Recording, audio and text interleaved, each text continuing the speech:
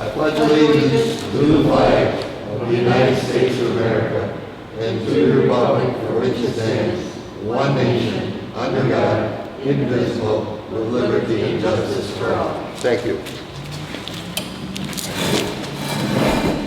Item 1, approved minutes of the public budget hearing, a special town meeting from November 20th, 2019. What's the pleasure? This can be a public or a board member. Motion by Shirley, seconded by Fred. Lumpy. Any discussion? Hear none, all in favor say aye. Aye. I'm an aye. Anybody opposed? Or do you need hands by Duke? No, there's. No, you got it, okay. Item 2, review the 2019 financial statement. Lisa will take you through that. And I see I put the treasurer report in front of mine. I don't know why I did that. So the very first page, skip over that. And if you go to the next page after that, that's the financial report. So the books were reviewed in January of 2020, and that's done by Clifton Larson Allen. The general fund balance on January 1st, 2019 was $540,965. The budgeted amounts for 2019 were revenue $2,764,813, expenditures $3,299,611, leaving a deficit of $534,798. A loan of $369,215 was budgeted, which would leave $165,583 to be taken from the general fund balance. The actual amounts for 2019 ended up at a revenue amount of $2,787,928, expenditures $3,179,072. This gave the town a final deficit of $391,144.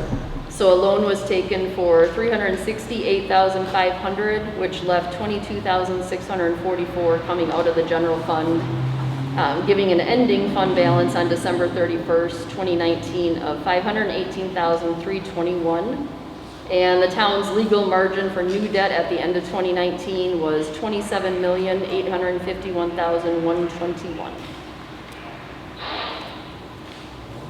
Any questions on that part of the report?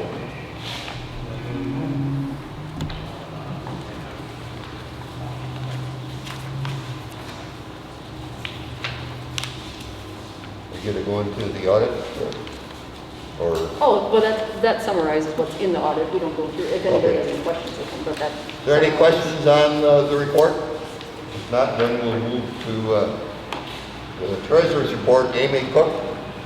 Hi, good evening.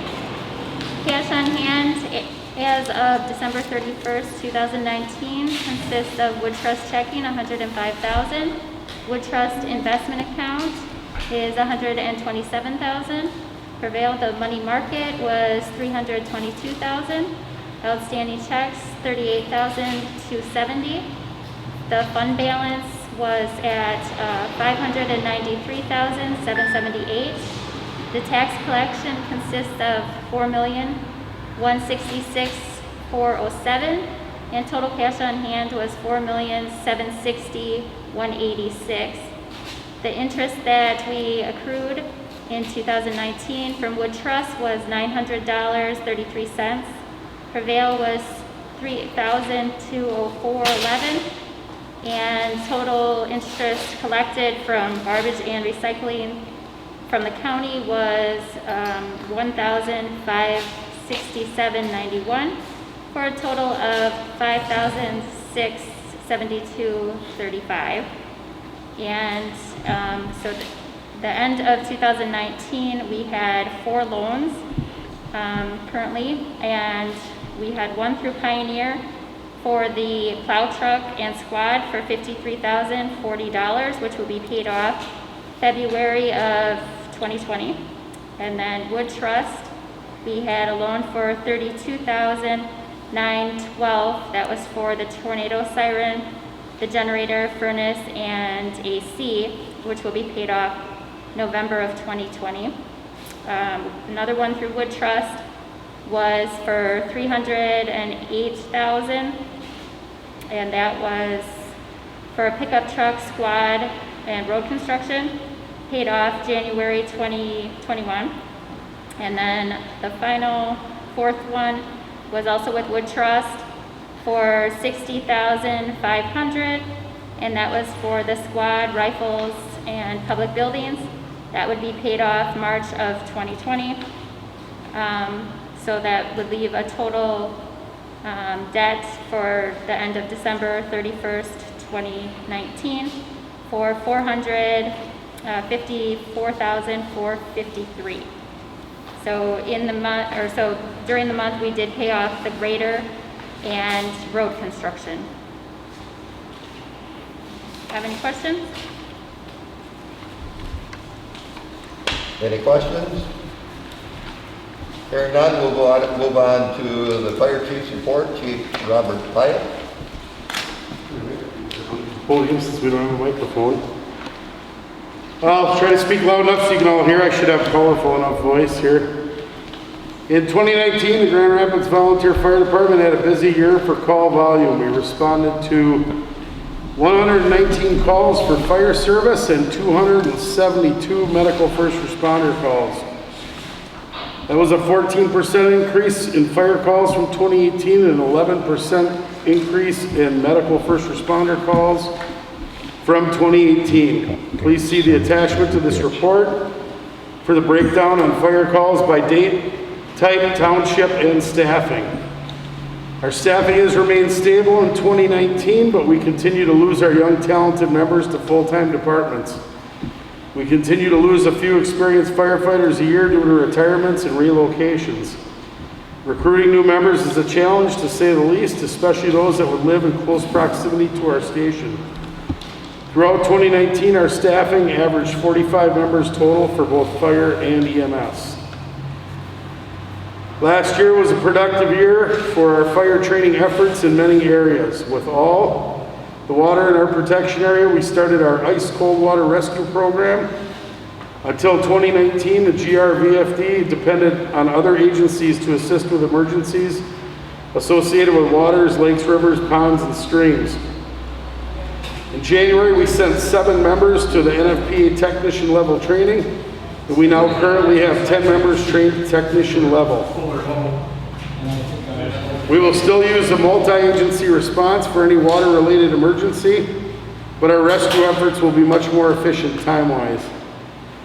In mid-May, we had a multiple agency training exercise with Wood County Sheriff's Rescue, United Emergency Medical Response, and the Grand Rapids Police Department at Lake Wazeecha, where we had a mock boat personal watercraft accident in the lake to practice our new skills with our response partners. The GRVFD started a partnership with the Wood County Sheriff's Department with their Project Lifesaver program. This program is for the cognitively challenged residents that wear a tracking device in the event they wander away from home or a caregiver and get lost. We have received the training and receivers to assist in getting these residents back to safety. We had a training house in the town of Grant that we used for 5 months and held several evolutions from search and rescue, mayday drills, ground ladder ops, aerial ops, drafting and water shuttle ops, and live smoke and interior fire attack operations. Our final evolution included our mutual aid partners from Buren, Rudolph, Rome, Port Edwards, Grant EMS, and United Emergency Medical Response. We formed a new truck committee to start the process of replacing our primary structural engine, our 1999 Pierce Sabre. Our committee chose to purchase a new engine from Rosenbauer America, and with the cooperation and support of our town board, we signed the papers in December to purchase the new engine at a cost of approximately $578,000. The new truck is scheduled to be delivered in early December 2020 and hopefully in service shortly thereafter.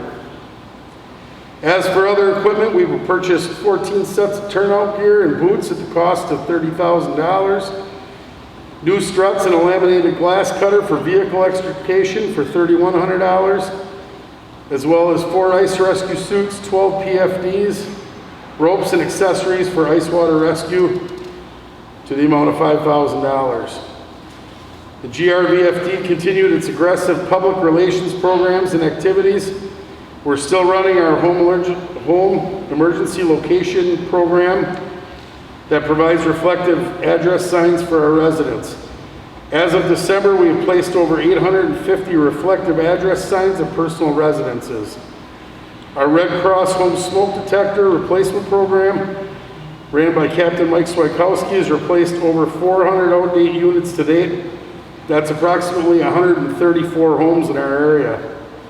In October, we educated over 400 children at several schools and preschools on fire prevention in our protection area and beyond.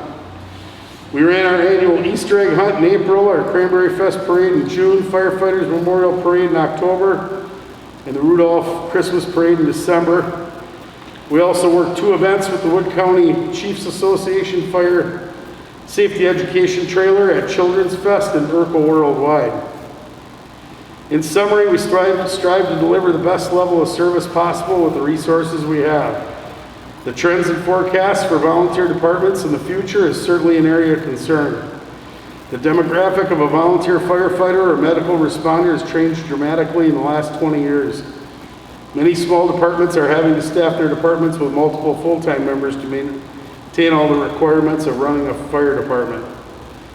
Have a safe 2020, respectfully submitted. Robert Pyatt. I'll just add in that that project isn't in service yet, but that boat was all paid for with fundraiser money that we made with our celebrations and our donations. So we'll hopefully have that in service shortly. And like I said, our new fire engine is due to arrive here in December. It's going to take us at least 2 or 3 weeks to get that in service. But any questions from anyone? I have one, Bob. Sure. In your report, it said you had stated that hopefully after the new fire truck is arriving, that hopefully it'll be in service shortly after that. I understand why, but you may want to add as to why it will be in service after a short time after receiving it. Oh, well, obviously we have to get a lot of equipment switched over on the truck, but it's going to take us a little bit of time to get people trained how to drive the truck, run the pump, and operate the vehicle. So there's definitely a little bit of a learning curve. I know when Rapids got their new truck last year, they didn't put it in service for over a month. So like I said, it just takes a little while to get the equipment switched over and then get, they said, get people competently trained on how to drive it and operate it. Thank you. Sure. Any other questions or comments? Thank you very much, Chief Pyatt. Yep. To bring up Mel Peterson, Chief of Police, for his annual report. Good evening, everyone. I was asked to stand here because I guess the mic can pick it up pretty good from here. So, okay. The police department remains very busy serving and protecting the citizens of Grand Rapids. The Grand Rapids Police Department handled 4,926 calls for service in 2019, and that's compared to 4,689 calls for service during 2018. That's about a 5% increase in calls. Attached, everybody should have a copy of the calls for service and the breakdown. The Grand Rapids Police Department had some personnel changes over the last year.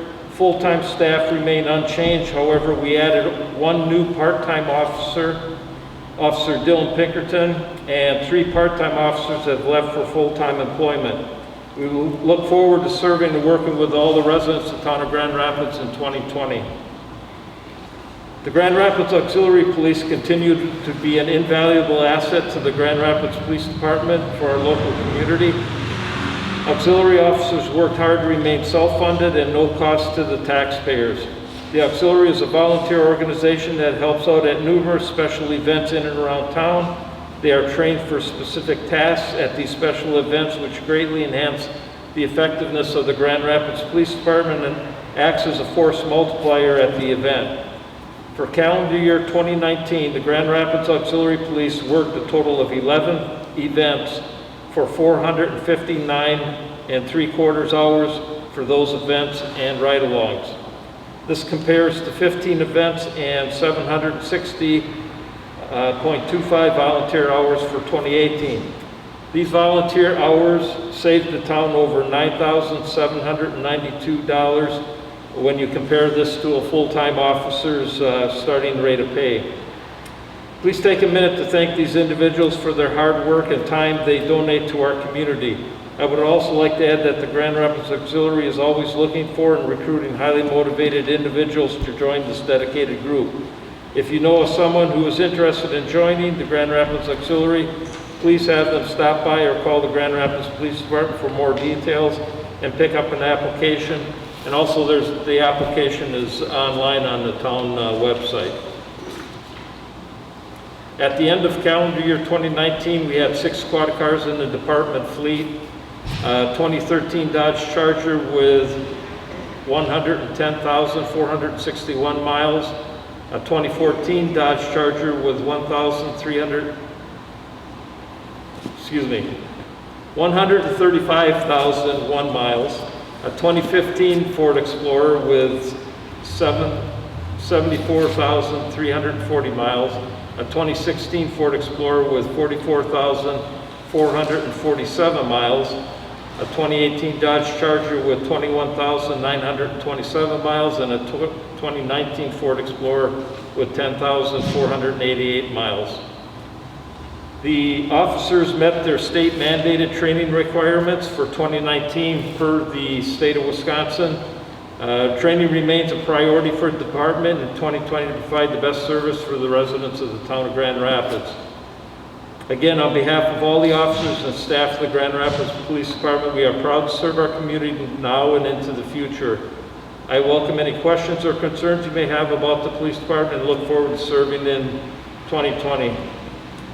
Respectfully, Melvin Peterson, Chief of Police. Any questions, concerns? Any questions? Hearing none, you may be excused as you requested. Thank you. Thank you. And Yolanda will do a couple, 3 things here. We'll start off with the building and zoning. Yes, I guess I'll stand here also. Good evening, everyone. This evening, this is our first PowerPoint presentation that we've done for the town of Grand Rapids for our annual meeting, so bear with us if there's any hiccups in it. First of all, the Building and Zoning Department of 2019 report. There you go. Oops. There you go, Bill. Thank you. The mission of the Building and Zoning Department is to enforce building and zoning codes and to protect the life and safety and enhance the quality of life for the citizens of Grand Rapids, Wisconsin. The town's ordinance implement local land use plans that affect the life and safety and enhance the quality of life for the citizens of Grand Rapids, Wisconsin. It takes many committees and departments of the town to implement the zoning effectively and promote the health, safety, aesthetics, comfort, prosperity, general welfare of the town of Grand Rapids. In 2019, the building inspection services were contracted with Central Wisconsin Building Inspections, and his name is Dan Hansen. Please visit our website, which contains valuable and up-to-date information regarding zoning, town ordinances, and building codes. The next slide shows a multi-year permit activity since I've been on the board of 2013.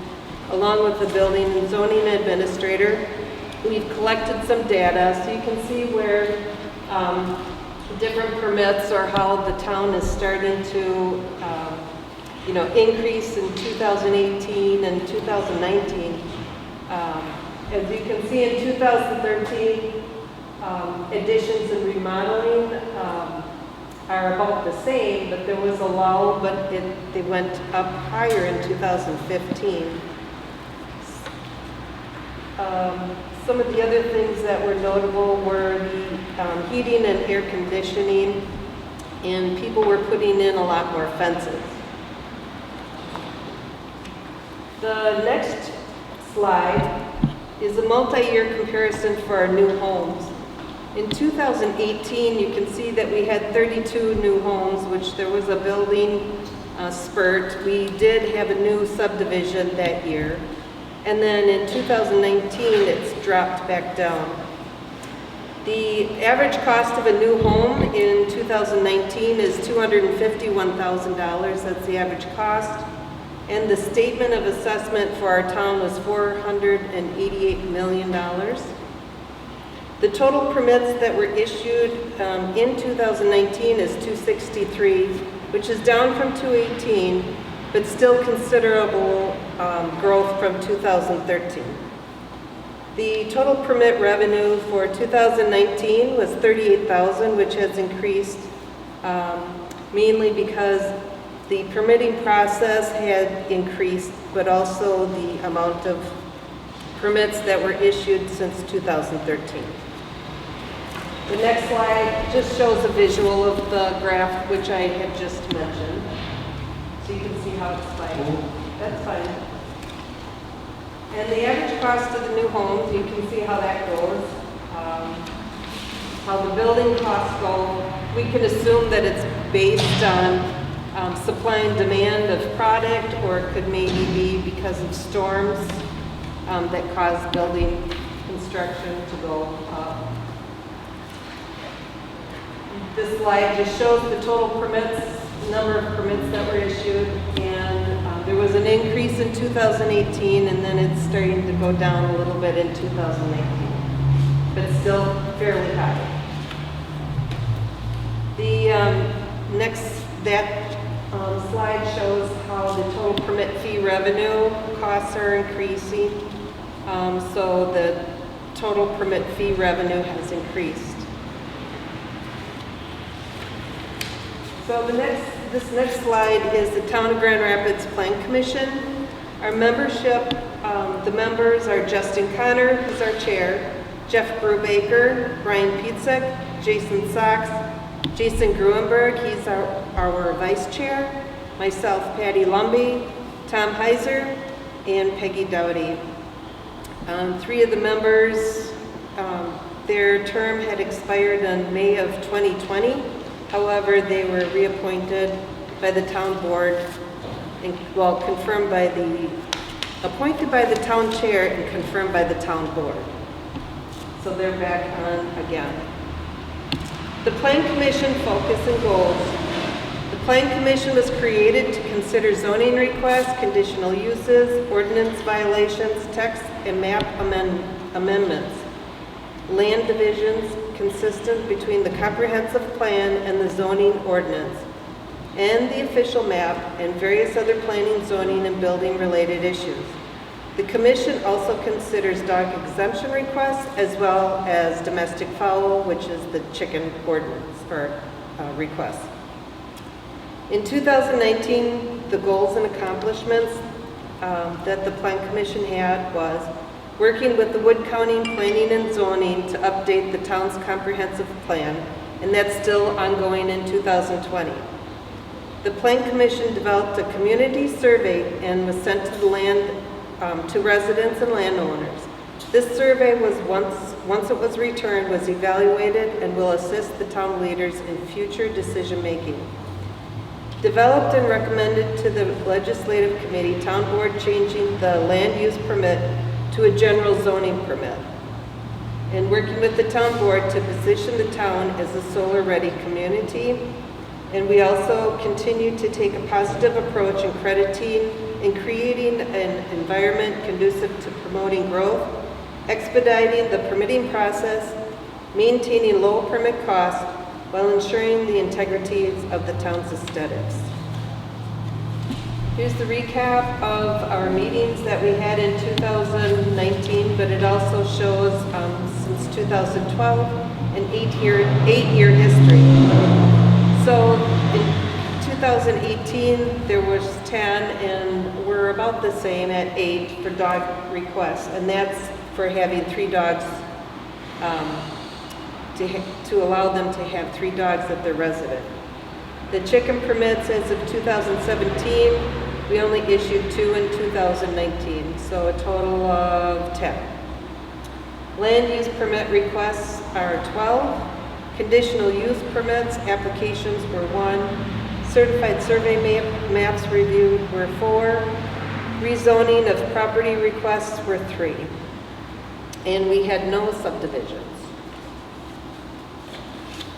Another thing that we keep track of is our land annexation. So in 2019, there was 0.83 acres that were annexed to the city, and that was due to them wanting city sewer and water. So the total annexations in the last 7 years equates to 24.91 acres, which is like a quarter section of the town. So the next one I'm going to be working on is, or talking about, is recycling and solid waste. And I'm going to be speaking for Bill. Patty, could we just ask if there was any questions? Oh, on sorry. that? Yes, is there any questions in regards to planning and zoning or plan commission? In 2014, looks like the annexation, there was 20 acres, or almost 21 acres. Is that, where was that? You know? Was that the Walmart? It was probably Aspirus, maybe? No, the 20.73 acres. In 2014. Yeah, I'm trying to recall. Good. I did have Doesn't ring a bell. I mean, other than that, we've had a couple, 4 acres. That's probably the Mariani property. I think it was Carlson. That's when you moved out of the town, or had that house next to you, Alex? Wouldn't have been that many acres, but it could have been part of it. something about the city buying something at that time. Okay, I just curious. But I don't have the answer for you, but I will get that for you. No problem. Yep, that sounds fine. Any other questions? If not, then you can go on to the recycling and solid waste. Thank you. The committee members in 2019 are Supervisor Bill Glendenning, who is the chair of the committee, myself, Supervisor Patty Lumby, and town resident Ray Onesti. We had a total of 5 committee meetings that were held during the reported year. The Town of Grand Rapids Board is currently working with the contract for residential waste and recycling material collection commencing January 1st, 2017, and the contract ends this year, December 31st, 2020. In 2019, the contractor Advanced Disposal invoiced the town $417,423. Each of the 3,098 residents units paid $135 per year for the curbside pickup of recyclables and solid waste. The population of the town is 7,796. Following the holidays that are observed by the contractor are New Year's Day, Memorial Day, Independence Day, Labor Day, Thanksgiving Day, and Christmas Day. The collection of the waste or recyclables will be one day after during the week of the holiday for collection days falling on or after that holiday. Here's a history of since 2012 for the solid waste. In 2019, we had a little bit more solid waste than normal or than the previous year. And which would be rightfully so because the population increased. 2018, the population was 7748, and in 2019, it's 7796. So there will be additional solid waste. The next chart is our recyclables in 2012. To 2019 is reflected in this graph, and our recyclables went down since 2018, which I would have hoped for it to go up, but I have no answers to that. Would you have any ideas, Bill? No, I don't, but it's the way they do it. If you notice, it's a couple of these are the same numbers. It's what happens is when a truck goes back to advanced disposal, it don't weigh, it don't unload the waste and then weigh it up and see how much it is. They just come in and unload it all. And they take an average about 3 times a year. They used to do it once a quarter, so it's on an average. And, you know, like now this year, you can see there's more stuff out on the curb because they can't get rid of it any other way, and it'll be different. But yeah, it's not very. But this is a report that's sent in by Advanced Disposal to this, and we have to send it in, and this is what we put down, what we get from Advanced. Thank you. The next chart shows the graph for the types of recyclables that we have: newspaper, corrugated cardboard, mixed paper, aluminum containers, steel and metal, commingled, numbers 1 through 7, and glass containers. Oh, what did I do? So here's our report on Choose to Reuse. In 2019, we had 2 Choose to Reuse events that were held in the town. These were successful events and kept hundreds of items out of the local landfill. Below is a 4-year history summary. In 2019, we started to do a car count, and our May car count was 394. And in September's, we had 325. We had iron, 8,600 pounds we collected in May, and 9,200 we collected in September. This year we ended up having, in the May one, the town took care of the electronics, and we collected 1,280.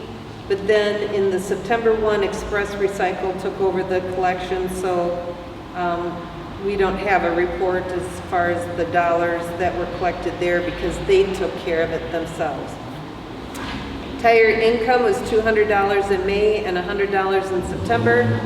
Waste in the dumpster, that things that were not reusable. In the May, we had 4,440 pounds in the dumpster, and then in September, 5,000. The dumpster expense was paid by the town. No, it's donated by TJ's Auto. Yes, donated by TJ Auto, and they donated $290.10 to pay for the expense. Oil was collected also, and we had 112 gallons in May and 44 gallons in September. And I just want to go back to 2018, where the dumpster was $501. And the problem with that is that the dumpster sat there for 3 days, and we had a lot of mattresses in it, and this pressed wood, and the weight of it cost us $74 a ton to get rid of it. And because it rained 2 days in that dumpster, and the town was nice enough to dump the water out, but still it soaked in. So that's why that was so high. Is that it? Thank you. Thank you. Bill, for running the computer for me. Any questions on the recycling solid waste? I just had a question. It seems like the glass is, I can't believe there's that much glass recycled because very little stuff that you buy anymore is in glass. Yeah. Where do they come up with that much glass? Yeah, wine and beer. Oh, wow. It is, and glass now is not a recycling. They may charge us for taking glass. That's in the making statewide. They used to use it for roads, but that's not working out so good. In northern Wisconsin, that's what they did with glass. They crushed it and put it in roads. But it's just not. And the trouble is with doing that, and you take a wine bottle or any of those, they got that little plastic cap on, and that gets crushed too, and then when it's adhered to by the blacktop and stuff like that, it falls apart. So that's why they don't use it for roads anymore. They're the hardest thing to recycle because the labels are on there so tight, you know, they're really glued on, and leaving the cap on. if you're gonna recycle anything, take the cap off, whether it's a plastic bottle or not. Because what they do when they come to Murph is the place in Stevens Point, is if it's got a cap on it, it goes in the garbage. Take the caps off of everything, and that way there, it will be recycled as number 2 plastic. And wash your recyclables really well. That's another thing too, that it ends up going in the landfill because people aren't washing out the recyclables very well. So that's another tip. Any other questions on the recycling? Solid waste? All right, we're gonna ask, Judge Dave Grace is unable to be with us this evening, and Patty said she would just give you the highlights of it. Sure, the highlights, Judge Grace wrote, Honorable Judge David L. Grace wrote, it was his pleasure to present the 2019 annual report regarding the status of the court. He said there was little or no feedback from the public, so perhaps that's a sign of a deemed that it was equitable. The municipal court is working well to serve our communities. He also had on here that there was a new method of collections was implemented this past year, which is use of the state debt collection system, also known as SDC. Through our methods have been successful. Reports that were received from courts suggested that the SDC will assist to collect otherwise stale obligations. Jewel, our supported staff, is adopting into the system, also working with Peggy to implement the state debt collection. He wants to thank you for your ongoing support and the opportunity to play this important role in the community. And he also submitted the court's financial efforts. In 2019, there was a total number of adult citations which would be issued traffic and municipal of 814. There was one underage drinking. Total number of juvenile citations were 7, and out of that 7, there was only one underage drinking. The total number of adult citations issued for the town of Saratoga was 32. The gross collections for the town was $106,106. The court's portion after payment to the state and county was $67,714. Of that, Saratoga's portion was $7,970. The total amount paid through tax intercept is $306. And the total amount paid through the SDC program, which I just mentioned, and this is from April through December, was $3,154. That would be $3,154. The total issued bond amounts since June 1st of 2005 is at $1,357,874. Out of that, the total outstanding since 2005 is $147,533. The total number of warrants issued is 343, and of that number that's been paid in full is 176. If there's any questions, I'll try to answer. I have one question. So Peggy is really the clerk of courts. No, Is that- Jewel. Jewel, I mean. Jewel is the clerk of courts. Yes. And One note on the outstanding debts, the issue that the town has right now, normally if a debt is owed for a while and somebody's not making payments, they try to put a warrant out for their arrest, and when they usually do that, then they get satisfied somewhat. Currently right now, that process is not being used, as the county does not wish to bring in more residents to the jails just for traffic citations. So we will likely be a little bit short on our revenue that we normally see for court, but eventually it will work its way through the court and get settled. do we use tax intercept to get? Yes. That seems to be working quite well, I thought. Okay. Gil Layton is not here, and Bill was going to be asked to do that. Are you gonna, it's just a statement you want that,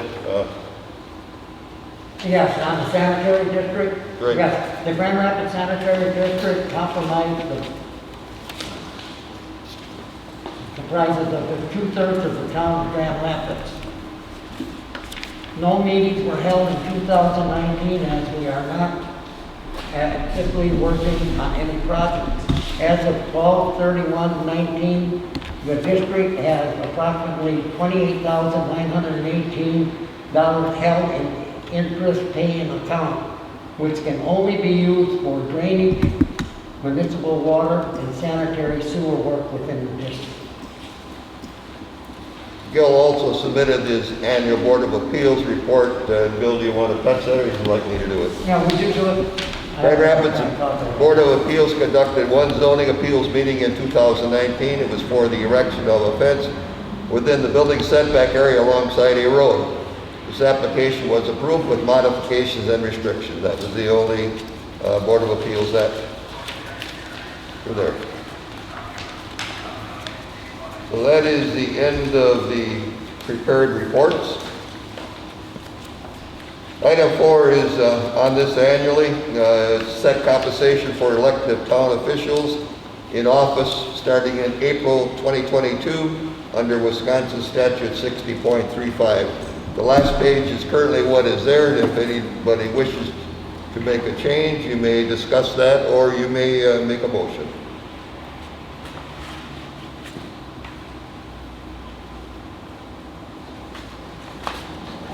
If there is no motion to come forward to change, then it will stay the same. Last time, is there any motion to make change? Hearing none, I will assume that the electors wish to keep the salary the same. Thank you very much. Item 5, transact business authorized under 60.10 Wisconsin statute. Anybody in the audience wish to us to address anything to us this evening?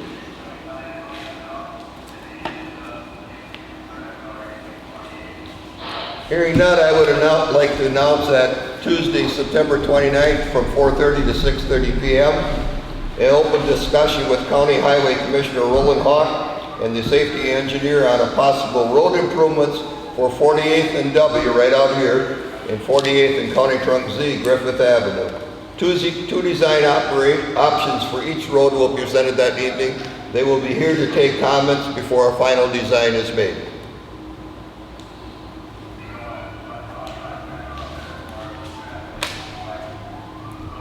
Hearing no other wishes for comments, I'll call the annual town meeting closed at 6:48 p.m. Thank you very much, folks.